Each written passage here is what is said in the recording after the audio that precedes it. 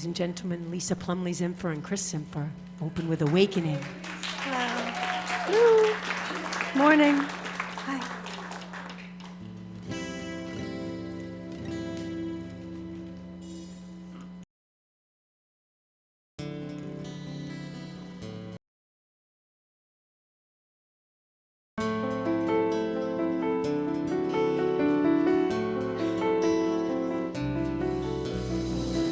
In this holy moment I am awakening,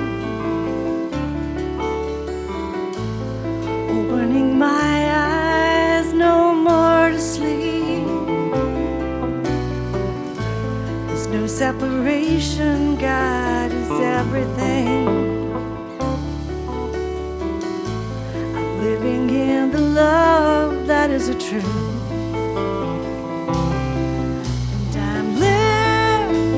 Up as I surrender, there's only one love, and I am awakening, and I am awakening.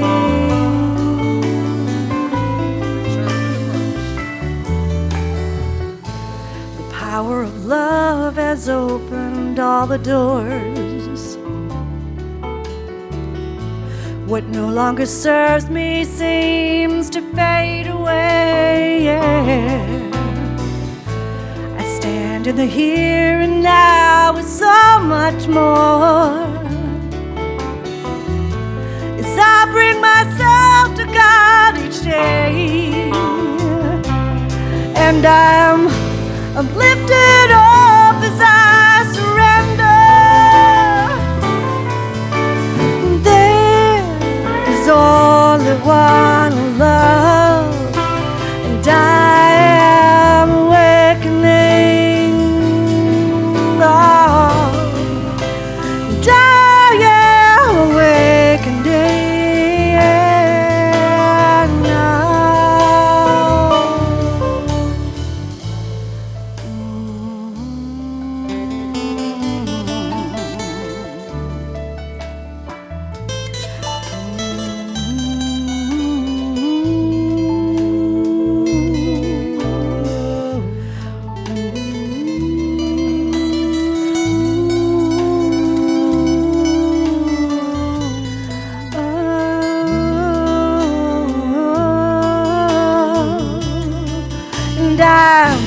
I'm lifted up as I surrender.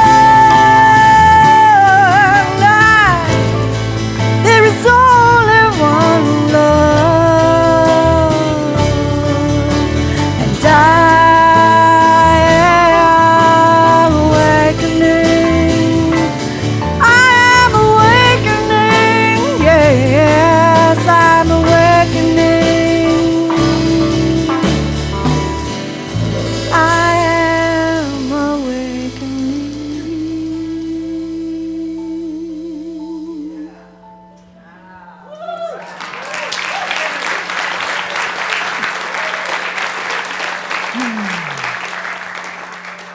Awakening, surrender. Let's surrender to the breath. I invite you to take a deep cleansing breath. Breathe in the great cosmic breath that permeates all creation. Breathe out anything that does not serve. Another deep breath. Breathe in God. Breathe out anything that is not of the Christ. Breathe in faith. Breathe out doubt and worry. Breathe in peace. Breathe out hurriedness. Let us know that we are here on purpose for God. Every time we take a breath, our breath and our blood are collaborating together to free us. The breath takes the oxygen into the blood, which takes it to every cell and tissue, And then the blood picks up the carbon dioxide, which no longer serves us, takes it back out to the lungs, and we release it. Giving, taking, receiving, releasing. As we breathe, we create a hallowed space within so that the name or the nature of God can come to live. We let go, we surrender our busy forgetfulness so that the light of God may guide us. As we breathe in God together one more time, we breathe out anything that does not serve. We breathe in the awareness that all things are working together for good. Can you say that with me? All things are working together for good for those who love God, for those who have the awareness of the fullness of the Spirit right here, right now. All things work together for good, and so it is. Amen and amen.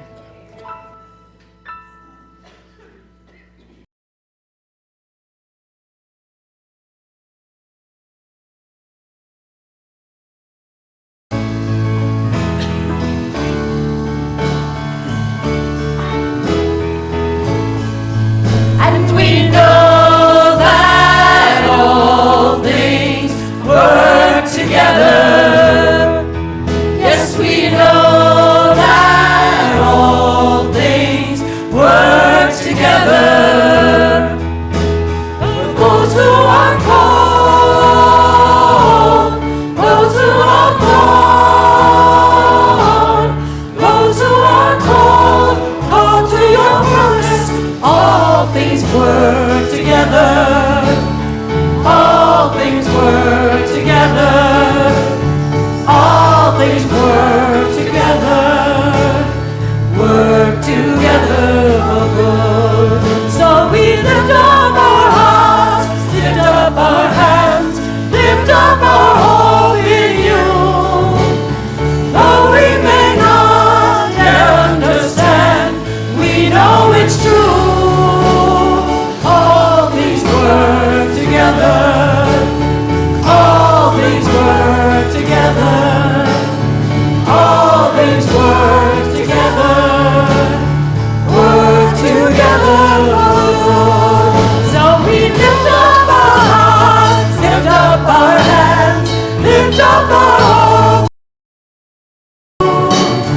Though we may not yet understand, we know it's true. All things work together. All things work together. All things work together.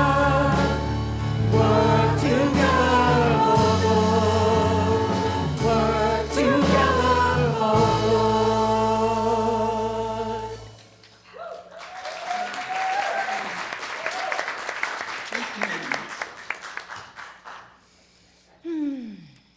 Unity on the River is a center of celebration and transformation, of oneness, spirit-centeredness, and joy. We know that in our hearts as we say together our mission and our vision statement. We are a vibrant spiritual community that celebrates the presence in all and awakens humanity to its divinity. And our vision, centered in love, we joyously co-create a world of oneness, peace, and harmony. Yes, and that is the truth. So good morning. Welcome to Unity on the River. I am Reverend Shipley Allinson. I'd like to welcome anyone who's celebrating with us for the first time. If you would raise your hand so we can identify you. Anybody celebrating with us for the first time? Get those hands up. Keep them up for just a second so we can bring you a flower and recognize you. Please know we welcome all paths to God. Is there somebody else? Okay. We know that you are here by divine appointment and that you will receive something that will encourage you on your spiritual journey. Thank you so much for being with us. And if you go to the welcome table, someone will introduce themselves to, hold on to that flower. Someone will introduce themselves to you after the service and see if you have any questions and give you a CD that tells you more about us. Thank you so much for being with us. Great to see you. So we are continuing our journey along with Janet Connors using the book, The Lotus and the Lily, How to Create Our Beautiful, Abundant Lives. This week, the color that every week we allow ourselves to get into the energies of one color, and this week the color is green, but it has two energies. We look to our 12 spiritual powers from God, and each one of those has a color that represents it. And the colors this week, dark green. This is green. Sometimes people tell me this is gray. It isn't. It's green. And no, they're colorblind. I know. Olive. It's olive. It's olive. Oh, that's yes. So that is the color of autumn green, and the spiritual power it represents is order, divine order. Would anybody like a little divine order in their lives? So wear the dark green. The other color, light green, there's lots of that around here, represents the spiritual power of strength, being strong in the Lord. I'm strong in the Lord. Want to say that with me? I'm strong in the Lord. Strong in the Lord. Yes, all right. So today we are going to look at the process of creating space, creating openings, by beginning to look at what does forgiveness really mean.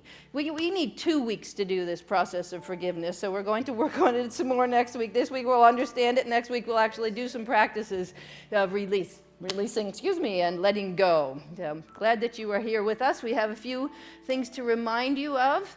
I am doing I thought it was this week. It's not. My orientation is next week. And it is an opportunity to just come on, bring your coffee and your snack over. I might change it to 12. It says 12:15 there. Over in the wing room, and we'll go through a slideshow. Anybody who wants to know any more about how Unity works, how Unity on the River works, a little bit about our history, who everybody is, it's just an orientation to really let you know. We heard at our community meeting that there are a lot of people that sort of don't know what's going on here, and you don't until somebody takes time to be with you. So I hope you can come on by and be with me next Sunday. And we are going to show a little clip from, there's going to be a whole movie next week called Bag It, and we're going to show you a little trailer of it, or part of a trailer of it. So here we go. This story begins with a single plastic bag. One bag that I got from my local grocery store to carry home a single container of peach yogurt. Once I got home, I shoved the bag in with all the other bags, next to another bag full of other bags, and I never really thought about it. Maybe I tried not to think about it. I mean, I'm an average guy. I'm not what you consider a tree hugger. I try to be informed, I try to do the right thing, but I find that it can all be a bit overwhelming at times. I live in a small town in Colorado, and it wasn't until my town challenged another town a few hours away to see who could reduce their use of plastic bags the most that I first started to think about plastic bags and what we do with them. I mean, we all have a lot of bags, right? Everybody does the same thing. We collect them, we shove them anywhere they'll go, like under the sink, into closets, junk drawers. We throw a pile away every now and then just to be done with them, because they're disposable, right? They were created to be thrown away. But let's face it, there's a dirty little secret here, even if we won't admit it. Just because plastic is disposable doesn't mean it just goes away. After all, where is away? Okay, There great. is no- Thank you. So there's a lot more there to follow, and some ideas and alternatives that you can pick up on. So it's a wonderful movie. I hope is people from the green team here. Could you stand up just so people can recognize you? So if they have any questions, they can. Oh, this is exciting! Yeah, hallelujah. Yeah, this is great. So they've just gotten re-energized, and this is the beginning. So thank you. Okay, so Dr. Michael Meerdad will be at, everybody gets excited when they hear this. He usually comes twice a year. Sunday, November 7th, he'll be speaking and doing the workshop, Creating Fulfilling Relationships, and his talk will be on the return to love. So that'll be a good time for you. Okay, all right, so let's take time now to greet each other. We invite you to see each other, to say, I see you. I see who you really are. I see your magnificence. I see you.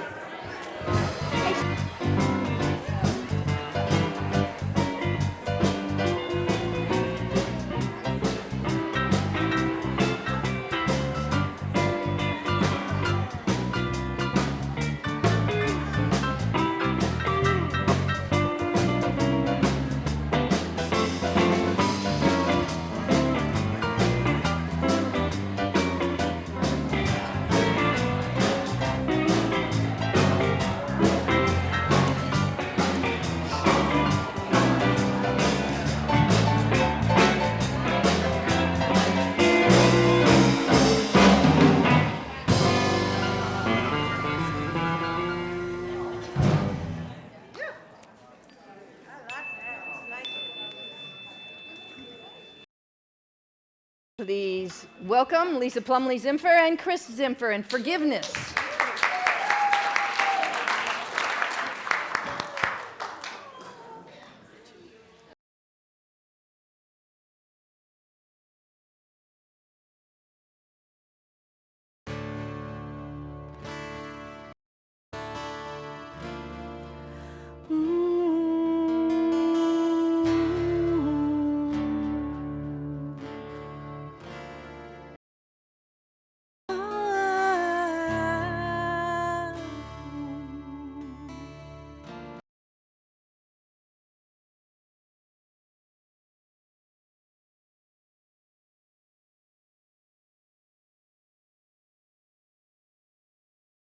Sorrow makes us all children again.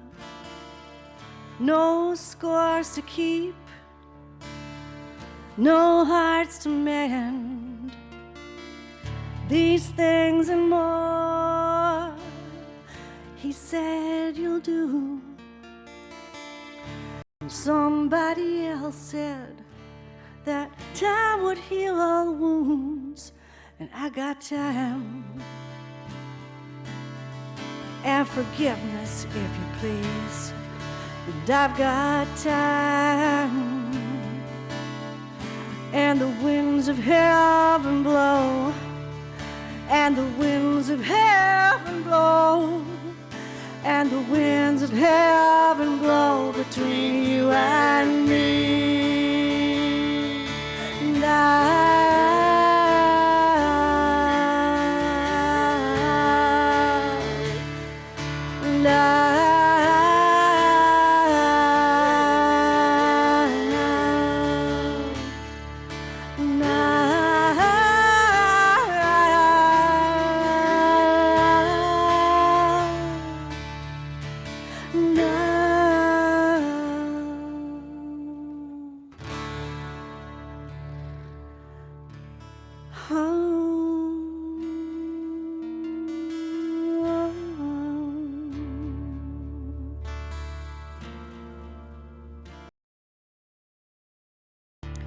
tomorrow isn't here, and today I call my own. Last moment's regret from all the things I should have known. These things and more, he said he'll do. And somebody else said that time would heal all wounds, and I got time. And forgiveness, if you please, and I've got time. And the winds of heaven blow, and the winds of heaven blow, and the winds of heaven blow between you and me.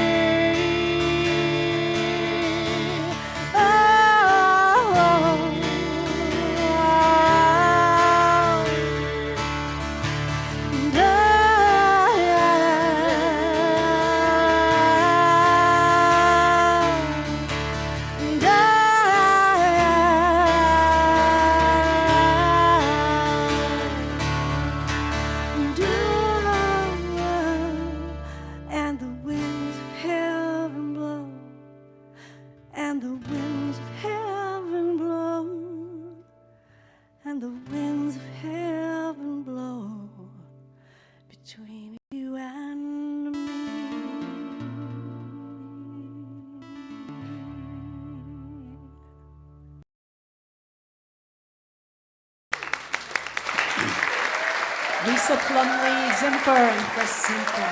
Beautiful. They wrote that. Yeah, so cute.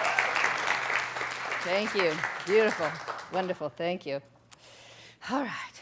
So this week we're talking about clearing space. And I just love the concept of clearing space, as I really know how powerful it is. Whether it's clearing space in your own physical area, in your attics or in your basements, we know that clearing space, ordering your house, creates an opening for energy, creates good feng shui, right? When we clear space in our schedules, it allows us to breathe. It allows us to do what we do well and not to just be running around and trying to get things done all the time. It allows us to find space. It allows us to create space for our prayer and meditation, for our spiritual lives.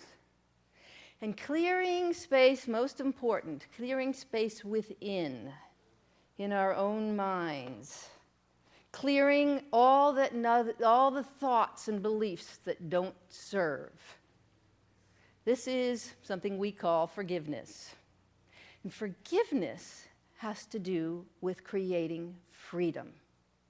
When we clear space in our houses, when we clear space in our schedule, when we clear spaces in our mind, it allows for more freedom. So I want to read a story, or part of a story, one of the oldest stories ever told in the culture, in the human culture. It is the story of the Exodus. This comes from my grandfather's blessings, Rachel Naomi Raymond, one of, obviously very well used, one of my favorite books. And Rachel is about 6 or 7, very young, and her grandfather is an Orthodox Jew, and her parents are agnostic or atheists. And so her grandfather takes her to a Passover Seder. And if you've been to a Passover Seder, you know that there's about 2 hours that you sit at a table before any food comes. And they do the ceremony in Hebrew. So Rachel's sitting there for 2 hours, doesn't understand a thing. When she leaves, she's crying to her grandfather, "I hate Passover! I hate that stupid story! I'm never going there again!" Right? So her grandfather, who is to me like the grand soul, if you read about the grand soul, the wise one, or the one who takes over when times are troubled, he says, "Well, then I will tell you my understanding of the story of Passover." Neshumile, he calls her Neshumile, precious little soul. Thousands and thousands of years ago, the Jewish people were slaves in Egypt. Like slaves everywhere, they suffered greatly, and they had a dream of freedom. Their leader, Moses, spoke to God about this dream and the terrible suffering, and God encouraged him to go to Pharaoh, the king of Egypt, and tell him to let the Jewish people go. Not surprisingly, the Pharaoh refused. Discouraged, Moses went back to God for help. Faced with the hardness of Pharaoh's heart, God sends suffering in the form of a plague to the land of Egypt. "Suffering has great power to soften the heart," said my grandfather. But the Pharaoh still refused to free his slaves. So God sends another plague and another, but the Pharaoh had hardened his heart to both the suffering of the Jews and the suffering of the Egyptians. He makes promises to Moses and goes back to them. Finally, God sends the angel of death to take the Finally, God sends the angel of death to take the firstborn of every Egyptian family. And this is too much, even for the hard heart of Pharaoh. And he tells Moses that the Jews are free to go. "Is that the end of the story, Grandpa?" I asked. "No," he said gently. "Actually, it's only the beginning."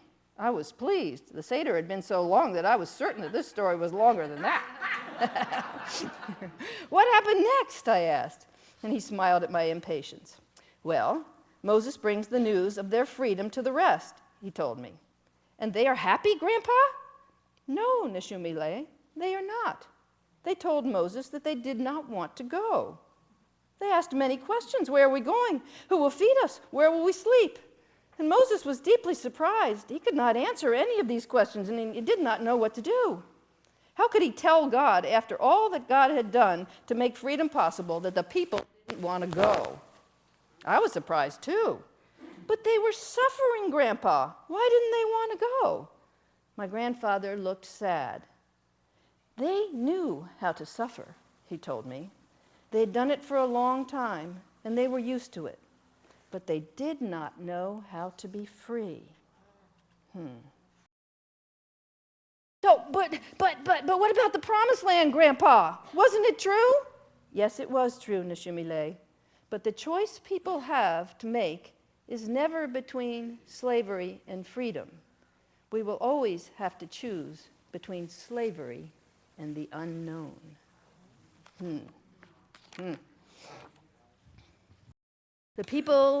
The Israelites didn't know how to be free. Their choice was not between slavery and freedom, but between slavery and the unknown. And this, my friends, is the same story of forgiveness. In forgiveness, in unforgiveness, we are in slavery. Well, something keeps us from moving into forgiveness, and that is the unknown. The unknown. We are scared, and we'll go into that a little more in a moment. Forgiveness. You know, we are on a journey. We're on a journey, a spiritual journey, where we have looked back. We've done some preparation. We've looked back. Now we are about to clear space so that we can open to forgiveness and then look forward to create a beautiful, abundant life that we are longing for. We're going to have to go through this process of forgiveness. In Unity, we teach many things. The core of the teachings of Unity all have to do with giving, don't they? Think about it. Giving love, giving thanks, thanksgiving, giving of our time to God, giving of our talent and service, giving of our treasure to places where we receive our spiritual food, and last but not least is forgiving, or giving something else for. We have a very different translation of what forgiving is about. It makes it a little more palpable. The idea is to change your mind about what you see. You know, it says in the Course in Miracles that a miracle is a shift in perception. That's what forgiveness is. It's seeing something one way and then changing your mind and beginning to see it another way. So to help us along this journey, I go to my favorite scripture, which is the Aramaic translation of the Lord's Prayer. The Aramaic is the language that Jesus spoke. It is a Semitic language. It is very different from the Greek translations that we always hear. It is very organic, and every word and every sentence has many meanings. The meanings, there are universal meanings, there's symbolic meanings, there's sound meanings, there's metaphysical meanings, and so forth.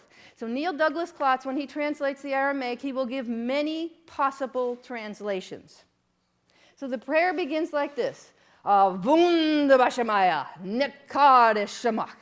So that second line, it's our Father who art in heaven, hallowed be thy name. So the translations, there's 3 translations I'm going to tell you about just for hallowed be thy name. Hallowed.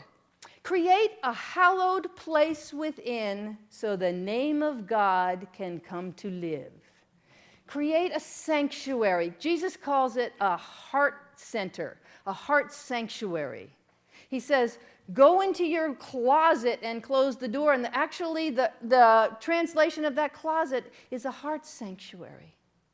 Create a hallowed place within. Create a sanctuary. We've been creating a sanctuary. If you were doing the soul writing, you may have created a sanctuary in your home, a physical sanctuary. Now we're creating a sanctuary within. So that the name, whenever we say the name of God, we mean the nature of God. And it's your nature, that your divine nature can come to live. The second translation is help us let go. So help us let go of busy forgetfulness so the name of God can come to live. Busy forgetfulness. Anyone? We are so busy. When I talked about our schedules, going. We never make time. How can the name of God be hallowed if we don't take time and breathe into it? Create a hallowed place for the name of God. Free us from busy forgetfulness. Then the third translation is shine your light within us and make it useful. And this is the idea, shine your light within us and make it useful as the rays of a beacon guide our way. It's the rays of a beacon guide our way. So when we've created a hallowed space, we allow the light that God is to come in, and it illuminates us, it guides us, it gives us divine intelligence, it gives us wisdom, divine ideas, so that we are guided along our path. Okay? Hallowed be thy name sound a little different to you now? Create a hallowed place that the name of God may come to live. So all of this creating of a hallowed space leads to the line, forgive us our trespasses as we forgive those who trespass against us, or forgive us our debts as we forgive our debtors. And it sounds something like this. Washbukan kalbain wachahin, I kanadafanan shwakan al kalbain. That is, so the English translation that Neil Douglas Klotz gives to that is, loose the cords we hold of our mistakes as we release the strands we hold of others' guilt. Loose the cords we hold of our mistakes as we release the strands we hold of others' guilt. So loose the cords we hold of our mistakes. You know that we are the ones that put ourselves in prison, aren't we? We are the ones that judge. We are our own worst judges. We put ourselves down. We call ourselves names. We give ourselves all kinds of negative messages. Do you know that they're telling us in science, Janet said, that negative messages have much more staying power than positive ones in our brain? Ooh. They etch deeply in our neural pathways, neuropathways, I think that's called. Yeah, you know what I'm talking about, those pathways in our brain. They get in there really deeply. If your parents told you negative things when you were a child, you took those in and they are ingrained in there.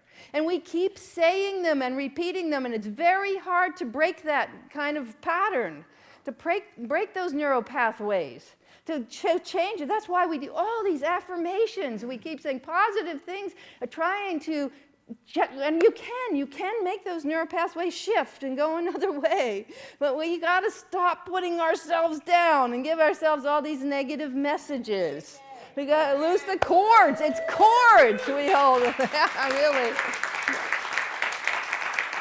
So notice what he says, loose the cords we hold of our mistakes and release the strands we hold of others' guilt. That isn't as big, is it?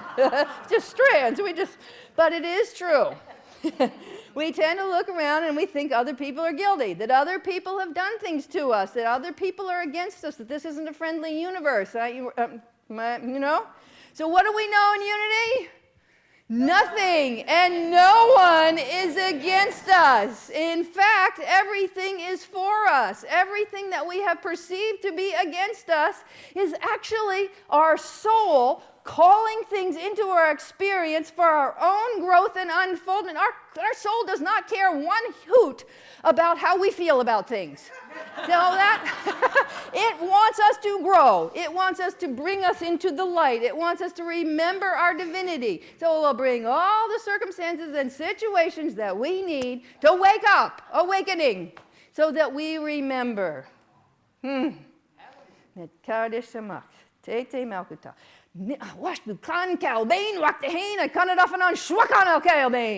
the cords we hold of our mistakes as we release the strands we hold of others' guilt.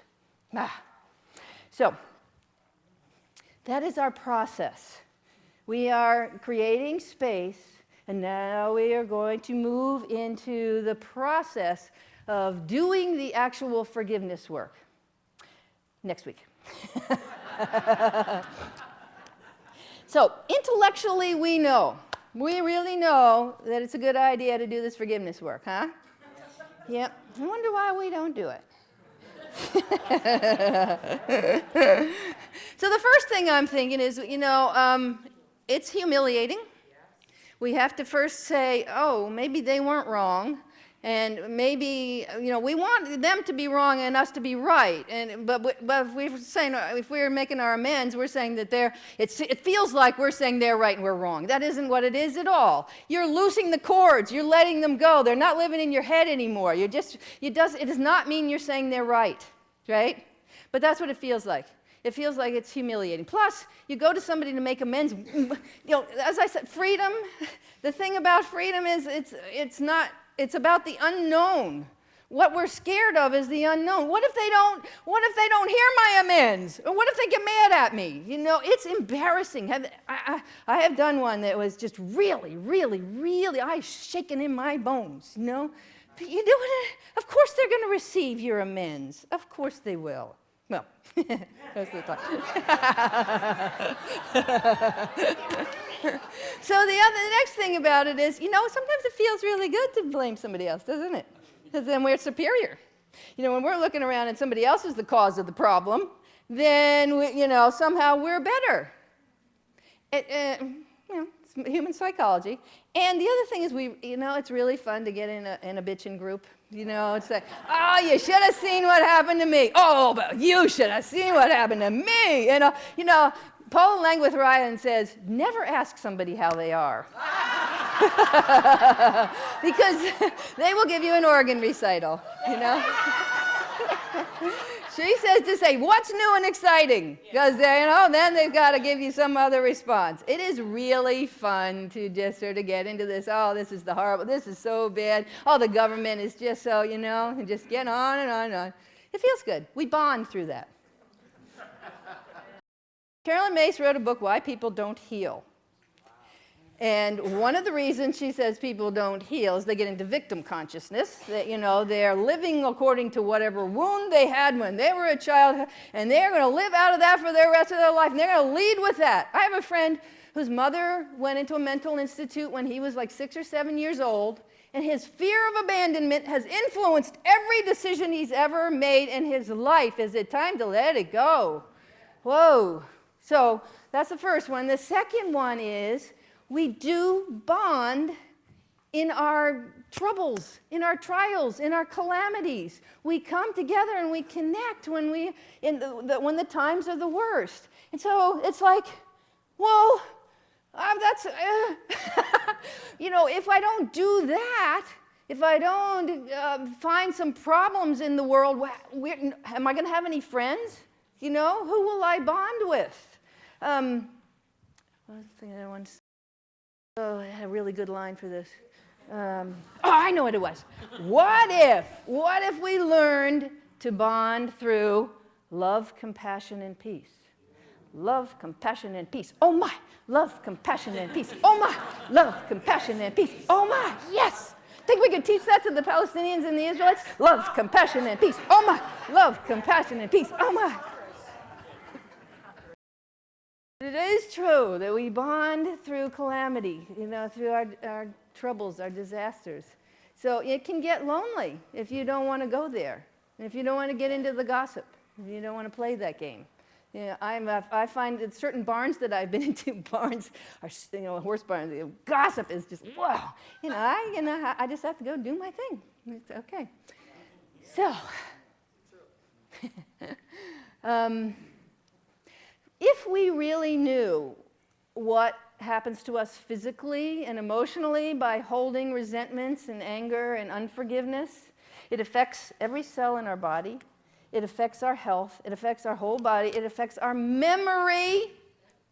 And it creates it doesn't allow us to be it blocks us from being who we were created to be. If we are holding anger and resentment in ourselves, or against anyone else, we are going to be in fear, and we're never going to step out into being who we came here to be, because we are we're feeling the sense of unworthiness.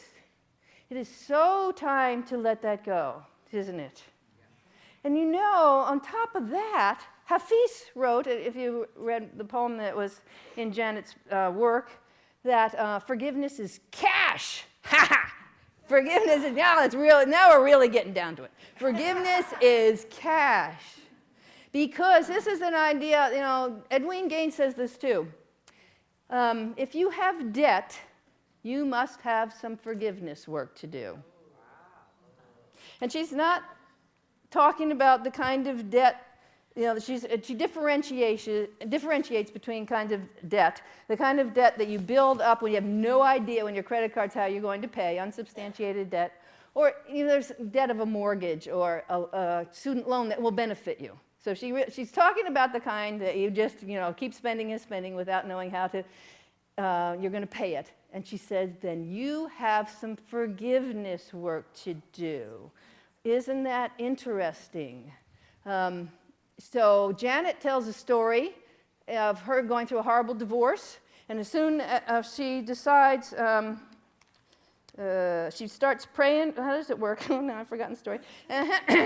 She starts doing a ceremony of release of her former husband, praying for him. Immediately, 2 days later, she gets a check from him to pay for half the medical bills of her son. And then 2 years later, her former husband dies, and she finds out that he fought to get his life insurance policy changed, and she gets $322,000. Forgiveness is cash. She did the forgiveness. I did the same thing, actually. When I was going through my divorce, my lawyer suggested that I ask him, my former husband was the breadwinner, I was taking care of the kids, my lawyer said, ask for half of his 403B. And that did not feel good to me, but I went ahead with it. And we battled over for a while. And then one day I'm driving in the car and I go, just let it go. Just let it go. And I felt this peace that just went over me like I hadn't felt in weeks and weeks. Of course, I picked it up again and battled him for a little while longer on it, and but then I let it go again. And my fear was that there wasn't going to be, how was I going to take my children? How was I going to live? And blah, blah, blah, blah, blah. I ended up so much better. I opened up, in releasing that, I opened up new avenues and channels through which I prosper, It's always, Edwene Gaines, the same story. She says her husband left her with $60,000 of debt, and she was a little upset about that, but she didn't want to fight with him because she didn't want to engage with him. So then she finds a diary that he wrote, and he said horrible, horrible things about her, and she said, I just can't stay in this energy. So she did a huge forgiveness ceremony. And right after that, like 2 weeks after that, somebody she'd been helping to sell their business sent a letter saying, I just sold my business and we want to tithe you $20,000. And she paid off all her credit card debt. It happens again. That's 3, Forgiveness is cash. Forgiveness opens up channels. It's not always going to be cash. It's something. It opens up. It releases. It clears the place for new energy to flow in, right? Okay, so now I'm going to get into just one more thing, and it's a little difficult. I realized that I had an expectation. I had an expectation about this community. I always hold a very high bar for who this community is. But along those lines, I found this thing, I found it quite a long time ago, about expectations that a community has for minister. So I'm going to read to you something that I found. It's called a survey that was compiled on all the qualities that people expect from the perfect minister. The perfect minister preaches an amazing and meaningful sermon in exactly 12 minutes. They work from 8 a.m. until midnight and are also the janitor. They only give 2 announcements, but everyone else knows what's going on. I put that one in there. They make $60 a week, wear good clothes, always look great, drive a good car, and give away $80 a week. They are age 28 years old, but they've been preaching for 30 years. They never talk about money, but they manage a $500,000 business. They never get upset when criticized, but are always loving and present to people.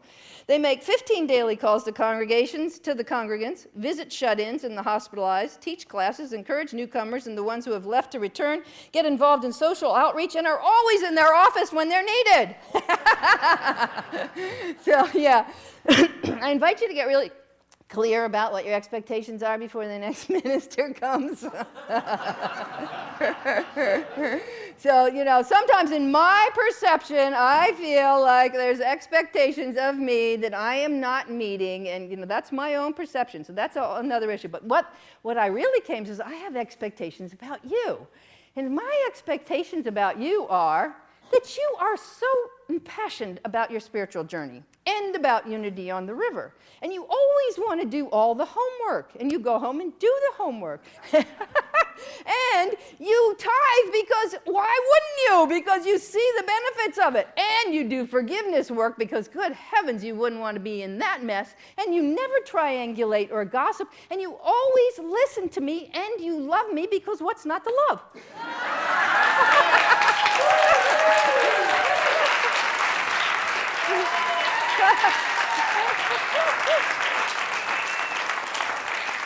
So, having high expectations is sometimes a really good thing because people step into them. And some of my expectations aren't met. I can't imagine why. So, I have done sheets. Art and practice. Art and practice of the sheets. So trying to look at what am I creating here, because what I'm creating here is going to always be reflected back at me. And what I really found the truth is I do see you guys very impassioned about your spiritual journey. When people come in for spiritual counseling, or they come in just to talk to me and have a meeting in my office, I am floored with who you are. I am floored when I find out what you've done and what you've been through and how these spiritual principles have worked in your life. So believe me, trust me, I am seeing you. I am seeing you. So this week we have opened up a space for the name of God to come to live. We have loosed the cords that we hold of our own mistakes as we release the strands we hold of others' guilt. And next week we will do the process. We will do several processes of really releasing and letting go so that we can truly know freedom and move into the promised land, the land of the life, the beautiful, abundant life that you so long to create. God bless you. Thank you. Thank you. Thank you. Oh, woo! I love you. Thank you. Thank you. God bless you. So good to see you. All right. Beautiful. Thank you. Thank you very much. Let's take a deep breath and clear anything from your lap that might encumber you.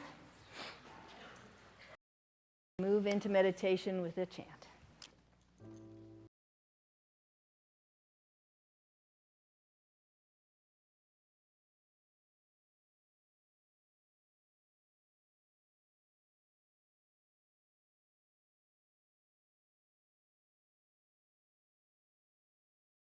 We are connected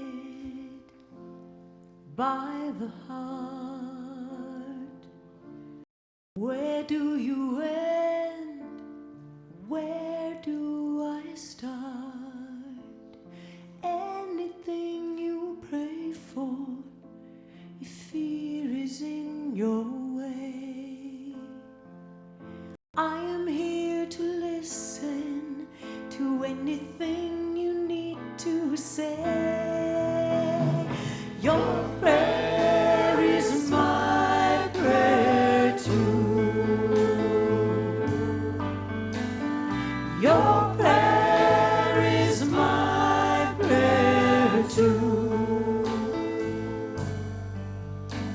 Whatever you feel, I feel too. You're a part of me, and I'm a part of you. Your prayer is my prayer too. My prayer too.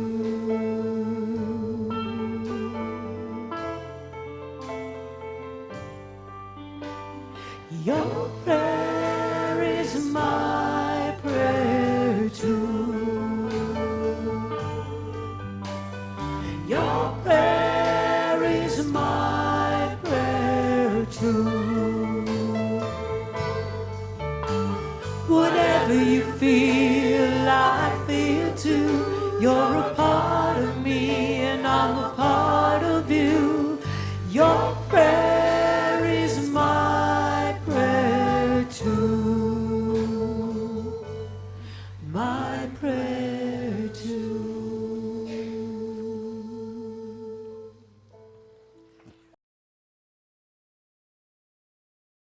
Okay, let's take another deep cleansing breath.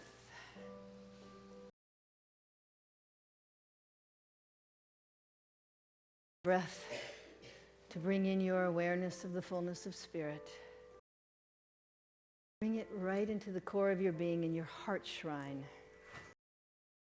inner temple, your inner sanctuary. Jesus said, go into your closet and shut the door and pray to your Father, Mother God that is in heaven, and your Father, Mother God will reward you. Reward you with connection, with a breathe in God.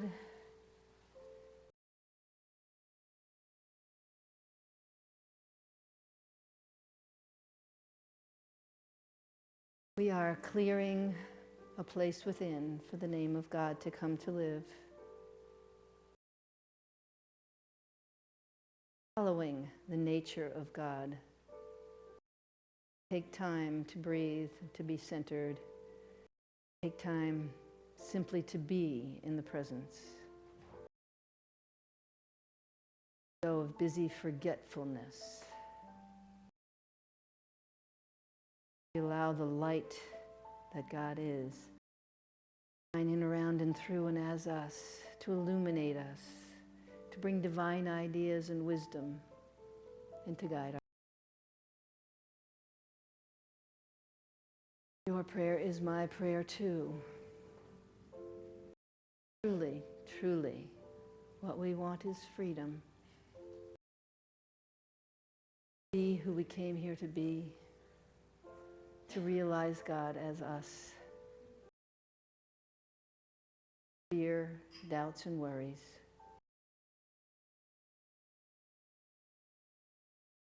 These are freedom. Know them. We have been holding on to against ourselves or others.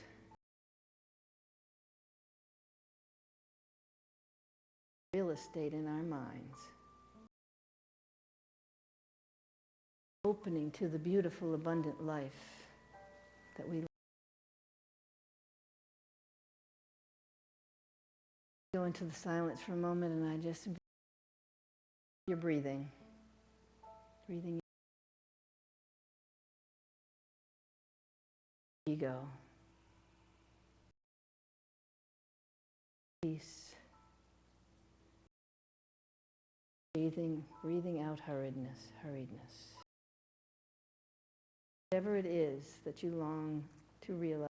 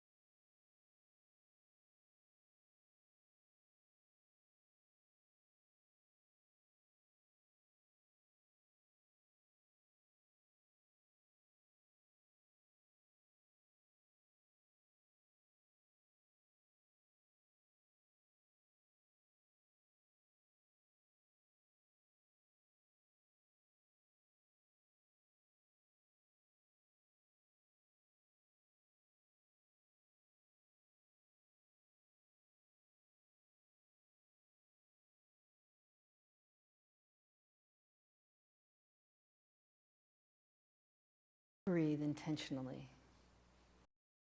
Breathe in the awareness of the Spirit.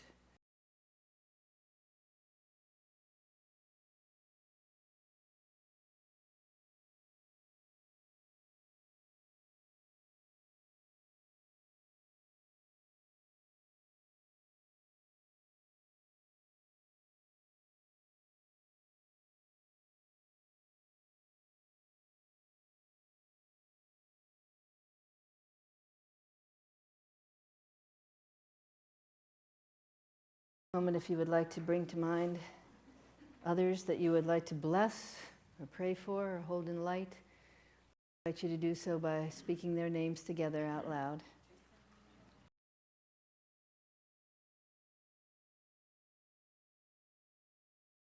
Hold in all light those who have been prayed for through these prayer boxes, through this prayer box.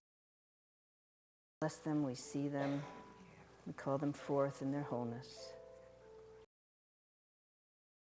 Thanks for this day. So it is.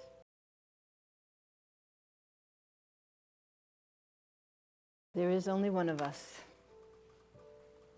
Only one of us praying. There's only one of us around the planet.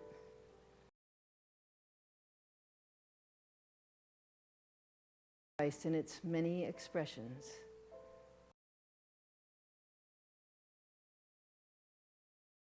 Remember this again as we sing together your prayers.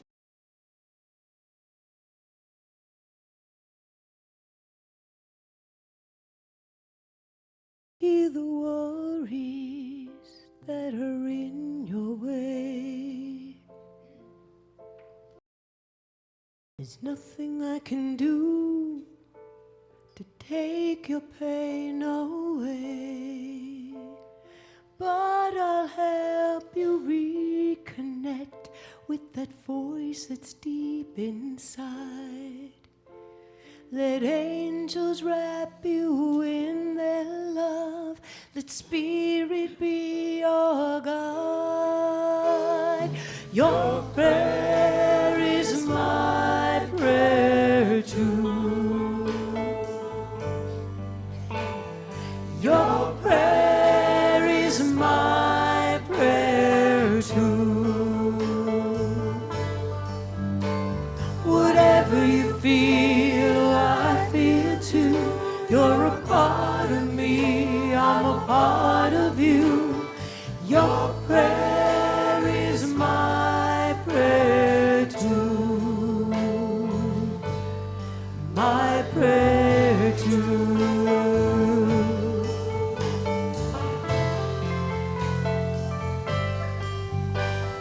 Your prayer is my prayer too. Your prayer is my prayer too. Whatever you feel, oh, I feel too. You're a part of me and I'm a part of you. Your prayer is my prayer too. My prayer too.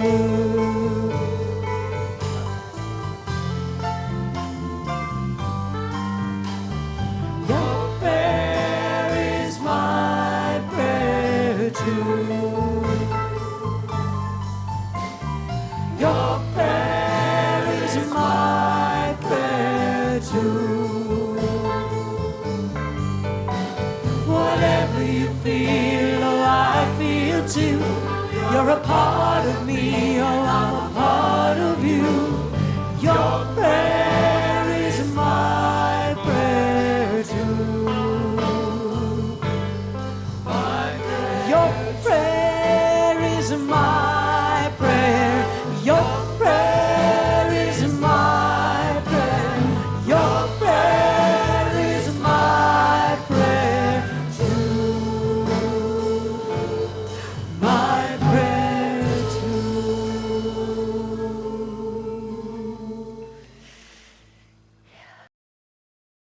And that is the truth, and so it is. Amen and amen.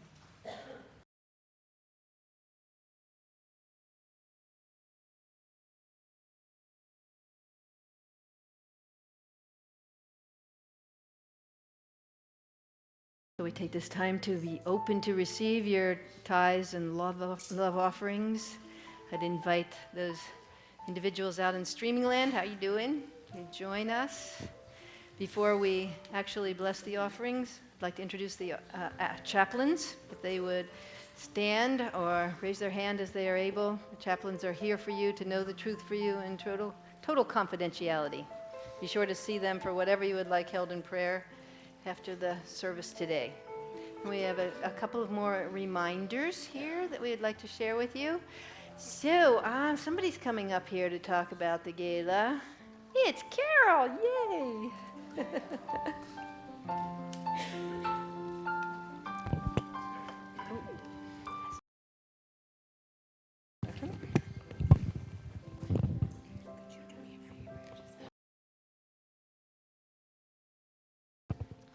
I stand in the presence. Well, Shipley doesn't know this, but it's going to be a little longish announcement on the gala, but I promise next week it'll be really short. That's okay. Okay. It's worth. But this is a gala update. So just to let you know, 86 tickets have been sold so far. The deadline for the $45 early bird tickets is today. It's actually tonight. And especially for people streaming, we do sell them online through our website, and they're also in the bookstore. So they're $45 until tonight. Tomorrow, they're $55.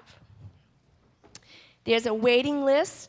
As you know, we have some anonymous donations for tickets, and 10 people signed up. And I do have a waiting list because we're waiting for some love offerings, and we're hoping to be able to extend some more tickets. So see Carol in the booth in hospitality after service.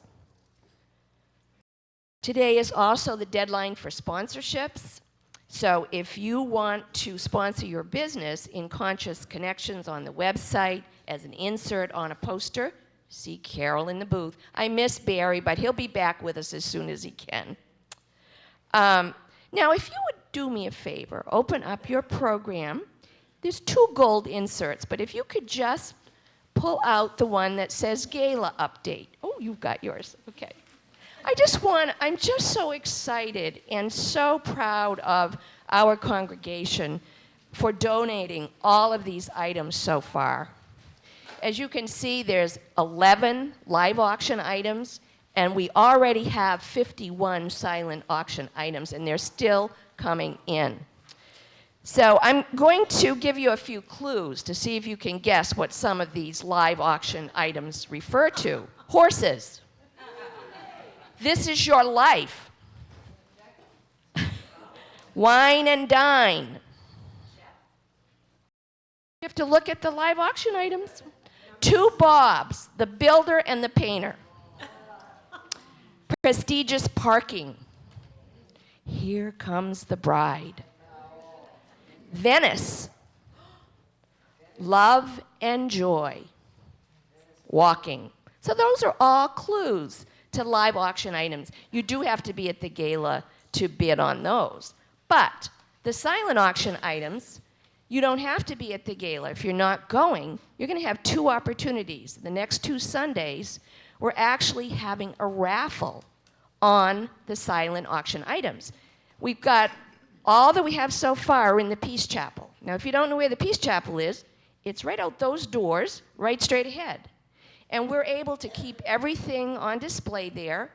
And starting next Sunday, you can come in and take a look. We'll be selling raffle tickets in hospitality, and you can buy your tickets starting next Sunday. And I'll explain more how that is. But it's 2 tickets for $5, 5 tickets for $10, 12 tickets for $20, 40 tickets for $50, and 100 tickets for $100. And so what we're doing, I'll take these, we're bundling the gift certificates. So each raffle item will have at least 3 gift certificates. And I don't know if you noticed this, God cans. So that's where we're going to deposit our raffle tickets. So we're recycling those. And basically, these will be available next Sunday, and I am going to need some volunteers to help, so please see me afterwards. Okay, gala baskets. This has been the most confusing thing. They're so wonderful, and I never knew where they were. They didn't have a home. So I found them all over the building, and I put them out on the table, out in hospitality. There's a chaplain basket and a green team basket. There's a South African basket. There are just so many baskets. But if you haven't brought your item in, next week I'd like to get all the items, okay? And not only that, if you have any questions, just see Carol in the booth. All right. If you still want to donate silent auction items, you may do so, and there's some forms out there to fill out. Volunteers are much appreciated. Thank you, and thank you. Great job,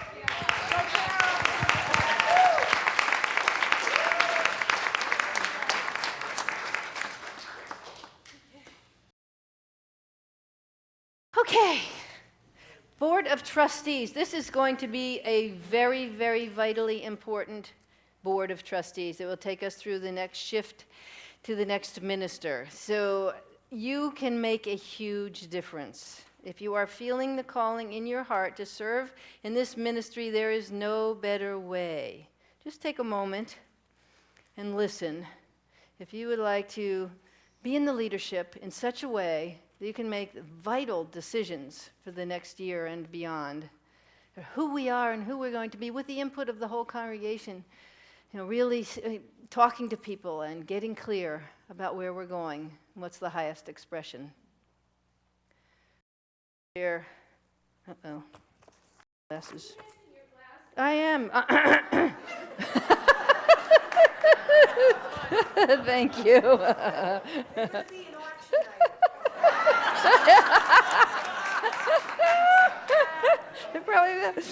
All right, the qualifications for serving on the Board of Trustees. You are a member of Unity on the River. You've completed a Unity Basics, a prosperity course, and the art and practice of living with nothing and no one against you. You are willing to be an active participant in church functions. You will participate in monthly board meetings from 5:30 to 9 on the third Thursday of each month. You are willing to tithe 10% of your income to your spiritual home at Unity on the River. I'm hoping that one of these board members would do a testimony about what Unity means to be and being on the board during our offering time. So I'm just putting that thought out there. Do I have any other announcements for this moment? No. Okay. Let's do our blessing of the tithes and offerings together. Thank you on streaming for joining us. Divine love has me, blesses and multiplies all that I am, all that I have, all that I give, and all that I receive. So it is. All right, who's a Board of Trustee member? Do you want to tell them how much fun it is? Come on. John, you want to tell them?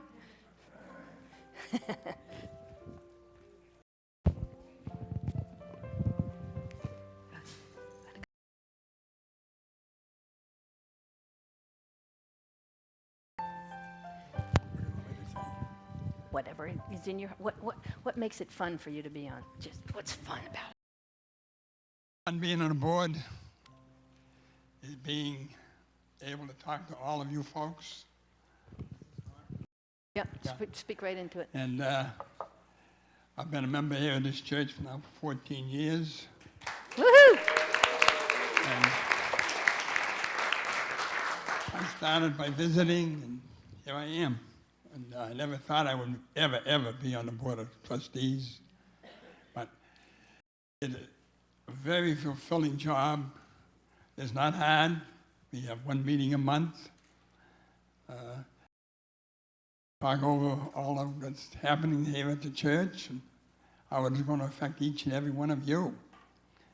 And I'm sure if you can find it in your heart to be on the Board of Trustees with us, that you will enjoy it too. So come on and join us. We need you. Thank you. Thank you.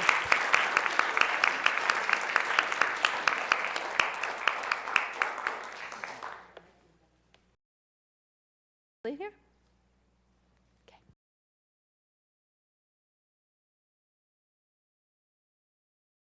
Anybody else want to say anything that what Unity means to me while we have a minute more? Real quick one? Oh, goody. Somebody? Oh, Frank, yay. I was raised a Catholic, altar boy, choir boy, and as a little boy I had some really terrifying mental images. God was this individual up there with a clipboard and an attitude. However, in Unity I find that's really not so. Now I look in the mirror and I can see me. It's not I, but it's me, and it's a vehicle. Consider it actually a very well-used car lately. A lot of mileage. But anyway, what I've come to realize in Unity, it's what this vehicle has inside, and it's a whole lot better than what I used to see as a little boy. Thank you. Thank you.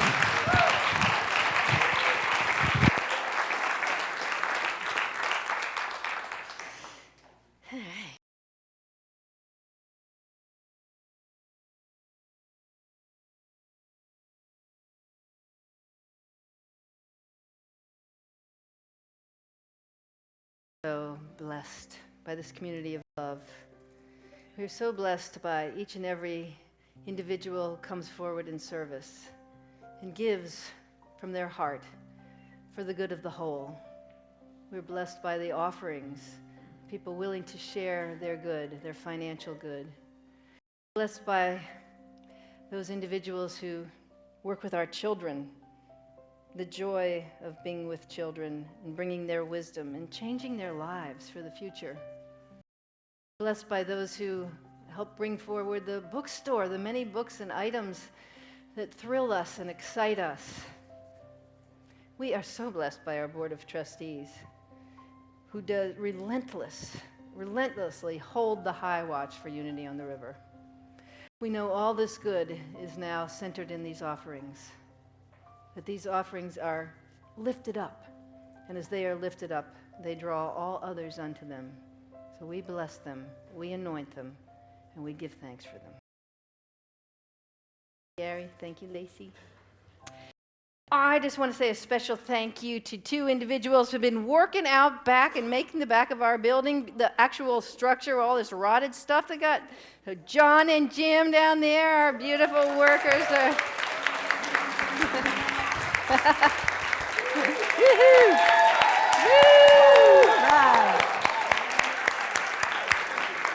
They do it out of the love in their hearts.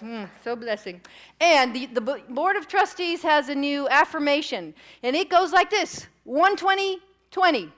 120 people at our gala, and we raised $20,000. How's that sound? 120-20. Come on, go this. Go like this with somebody. 120-20. Do it with somebody. Go on. 120-20. Woo! Yes. Okay, I think that's everything. All right. Paula Esty. Paula Esty is going to join us. I want to welcome my friend Paula Esty. And they transformed into the Temple Thieves right there. Woo! Ready? Close your eyes. Here we are. And they're going to testify right here.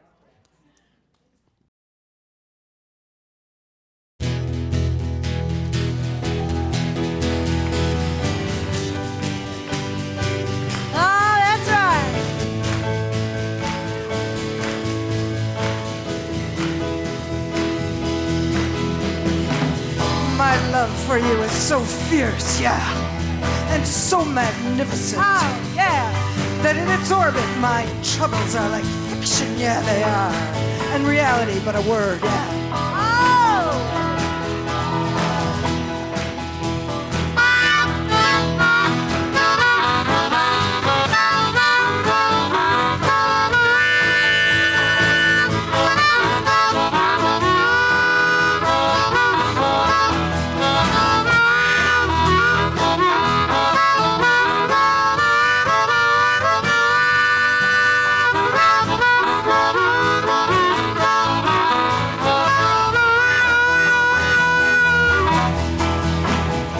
The fire in your breath, yes it is. Shake me loose. Shake me loose, my Sophia, shake me loose, my beloved. Lay me down at your altar and be done, yeah. By the fire in your breath, shake me loose, shake me loose, shake me loose, my Sophia, shake me loose, my beloved. Lay me down at your altar, yes. Lay me down, yes, and be done, yeah.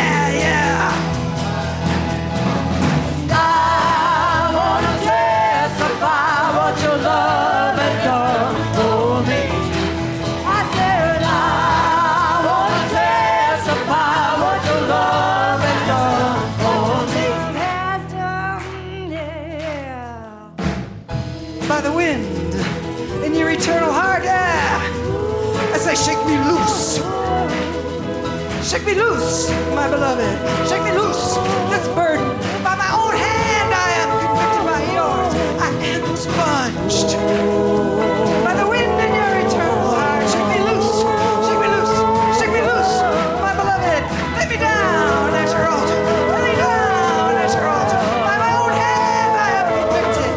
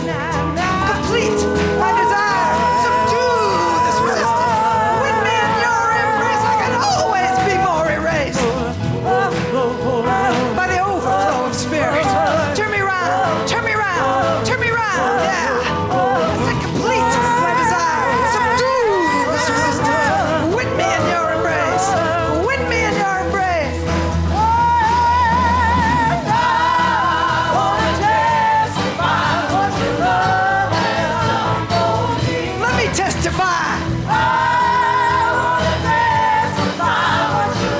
What's your love for me? Let me testify. Your love, your love, your love.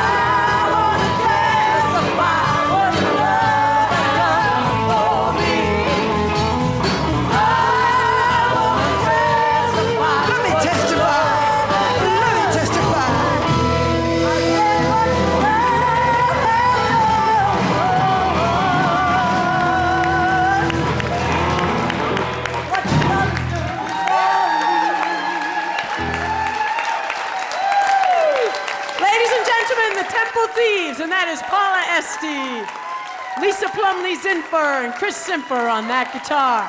The Temple Thieves, give it up. Yeah. Oh, yes. That was fun. And let's welcome in our youth and family ministry. We are walking as the light of God. We are walking as the light of God. We are walking as the light of God. We are walking as the light of God.